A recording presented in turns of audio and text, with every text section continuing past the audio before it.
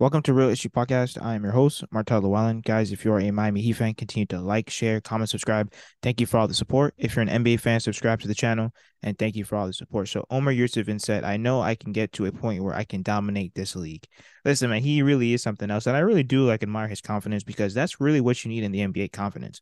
I think that confidence definitely goes a long way, but I will say he has a lot of work to do. I know that he wanted at least to have a lot of minutes going forward with Bam Adebayo, but then he had the ankle surgery. There's a lot of people right now that want him to play, but he's coming off ankle surgery and he's a 7 footer.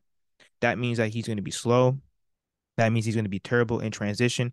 And I get it that Kevin Love is not that much better. However, Kevin Love at least provides one, it's Kevin Love in terms of his name. People will at least respect his shot.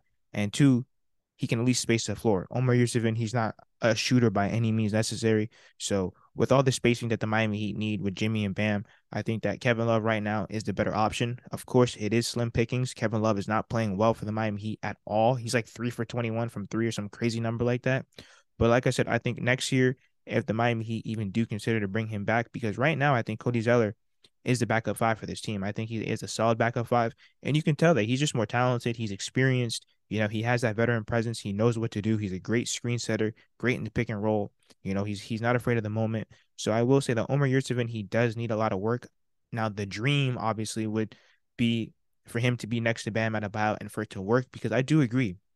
I think that Bam Adebayo at times definitely needs help, like especially when he's out, because this season we really haven't had a competent backup five because Dwayne Dedmon was atrocious. So then that means that pretty much Bam Adebayo is playing the whole game, which has gassed him out. He's running around guarding 1 through 5, protecting the rim. He's on the wing. He has to do so much. He's setting screens. He has to do a lot on this Miami Heat team. And I think that if Omer was hurt and if it did pan out the way that it was supposed to be, at least Omer Yurtseven would have been that backup five to relieve Bam of those minutes. Once again, I think that if Omer Yurtseven can reach even a smidge of his potential, he's supposed to be a shot blocker for sure, a guy that's great in the pick and roll, and, like a guy that can definitely help Bam Adebayo, especially against these bigger teams like Milwaukee, Philadelphia, the Boston Celtics. Bam Adebayo is definitely going to need help. I don't think he can necessarily do it all on his own. He's going to need somebody behind him, or at least at the four. And I think that's really where the Miami Heat messed up this season. He needs a four because he needs someone that's going to at least help set screens, spread the floor, a rim runner, a shot blocker, someone that can also help him, like a Harrison Barnes, Nas Reed, a Jeremy Grant. Those are guys that would be great next to Bam Adebayo. But let me know what you guys think about Omer Yurtseven. He said at one point he thinks that he can dominate the league. And once again, I like the confidence, but I'm hoping that he can improve. He has a lot to improve on.